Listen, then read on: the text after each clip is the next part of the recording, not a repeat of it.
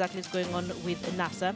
Now, we begin here in Nairobi, where Uhuru Kenyatta was this evening declared the winner of last week's presidential election. Uhuru garnered 7.4 million votes, representing 98% of the votes cast. The vote boycotted by NASA coalition saw a national turnout of 38.8%. Rita Tinina is working on this story. Remember, she has been at the Bomas of Kenya all through, following up this particular story as the IEBC received the results at the Bomas of Kenya up to the last minute today. So we will be looking at that story. That will be done by Rita Tinina. Now, let's take a look at reactions that were swift to the declaration of Kenyatta as the president-elect.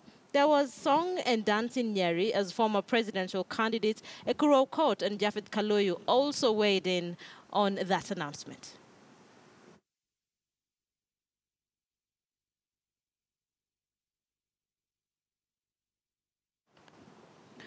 Okay, so we're trying to get for you the reactions the minute Uhuru Kenyatta was declared winner of the October 26th repeat presidential election with 7.4 votes out of 7.6 valid votes that were cast, while the IEBC verified results of the October 26th election. NASA has already said it will not recognize that particular victory, and as we speak, we do expect an announcement from NASA leader Raila Odinga. Right now, let's take a look at the reactions that follow that announcement by IEBC Chair Wafula Chebukati.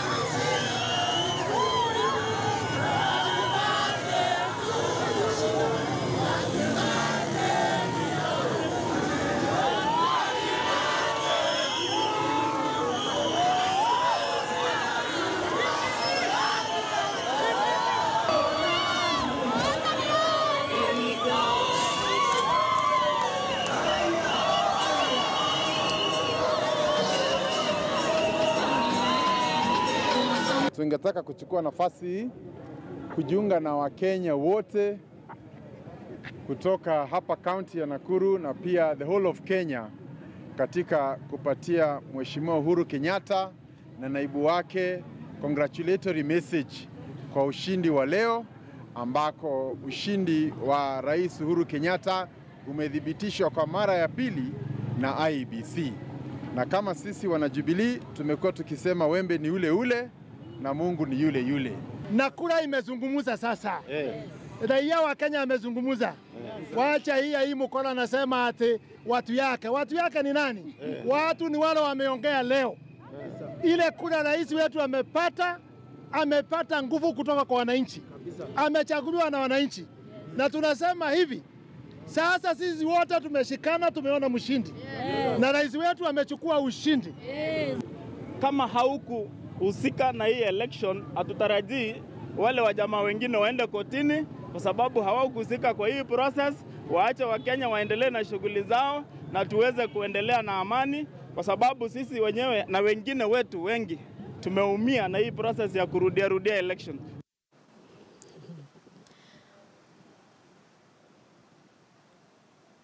We disagree with any proposals that the elections were to be boycotted.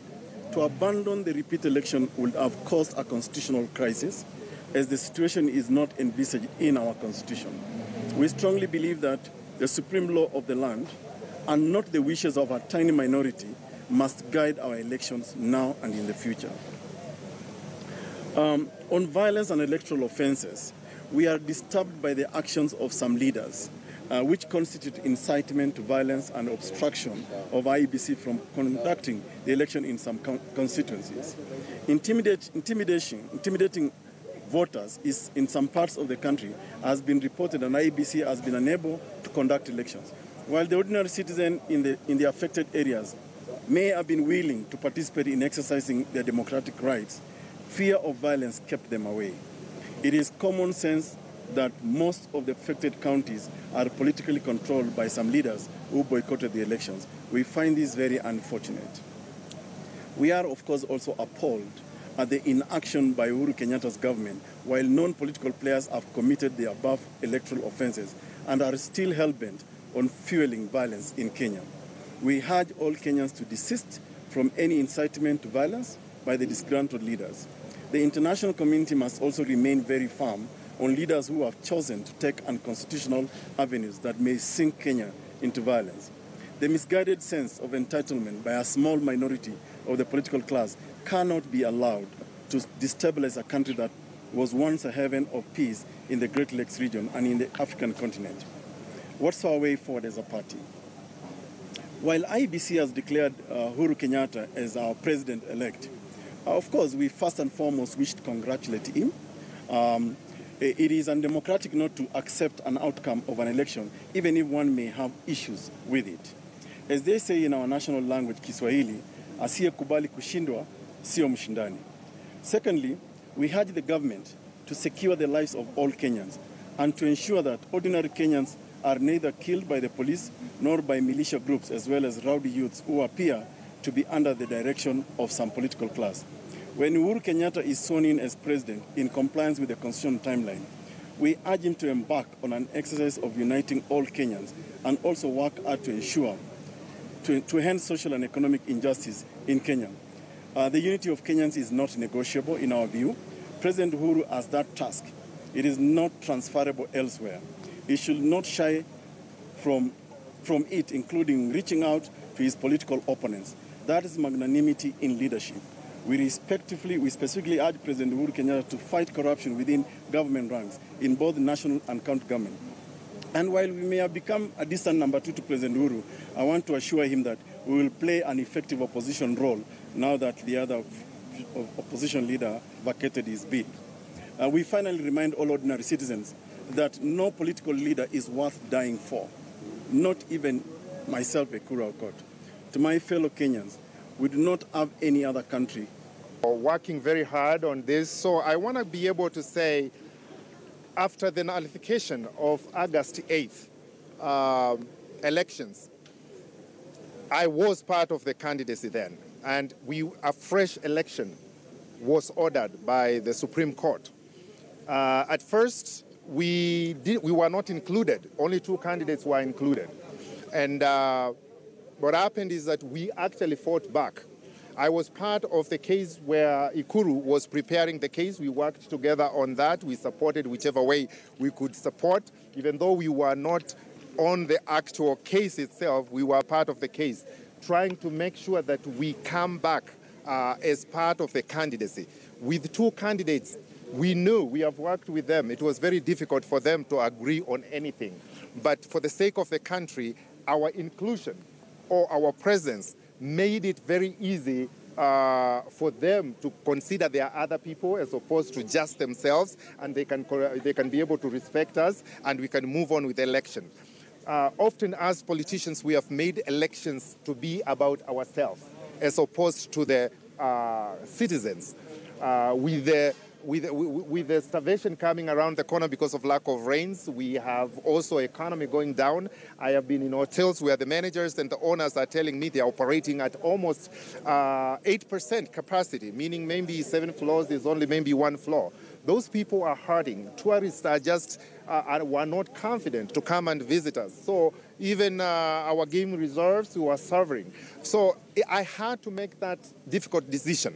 Particularly, we were given this opportunity the final 2 weeks, which I attended. I just released myself. I campaigned hard. I did not want to start bickering about within the 60 days. We were just given like 2-3 weeks. I did not have time for that, because sometimes the nation is above self. I had to call the best angels of my nature so that I can consider the common mwananchi. So I hit the ground, I went around, did my campaign, and tonight I am confident, I feel good that I'm one of the moving parts making this election a reality. So I am saying congratulations categorically. Sometimes people just want controversial stories so that they are sweet and fun. I am very straightforward. My story is not always, I'm very factual. So what I'm saying is that we must move forward as a nation. We cannot politic for the last 6, 7, 8 months. And it's just about ourselves fighting who is right, who is not right. I am here to say that this nation is ready to move forward, and whether it was 100% or whether people voted or did not vote, everybody was given opportunity to vote. And those who decided not to vote, they did not. Only that I regret that some people are, trying to make other people not to go to vote. That is not right. If you decide not to vote, do not ask other people or prevent or intimidate other people not to vote. So tonight, I'm saying that it's a victory. It's not a victory just for President Uhuru Kenyatta. It's a victory for Kenyans so that they can finally move forward. A victory for this nation so that we can finally move forward. So Dr. Japhet Kavinga Kaluyu and Muthiora Kariala, we really want to thank the nation for giving us the opportunity to be a part of your common conversations in the living rooms and in your communities. So we are saying that we are ready, we are offering ourselves, not just because of jobs or the government jobs, we still are leaders in our communities. And we would like to offer ourselves, you call us, we will be continuing to lead the youth, which is a big part of us. So yeah, congratulations, President Kenyatta. Categorically, we are usually very straightforward. Asiyekunda sitaki kuwasiendwele ile kitu. Asiyekubali kushindwa si mshindani. So that is where we are. Don't misquote me, be nice to me. People of the media, I love you a lot. All right?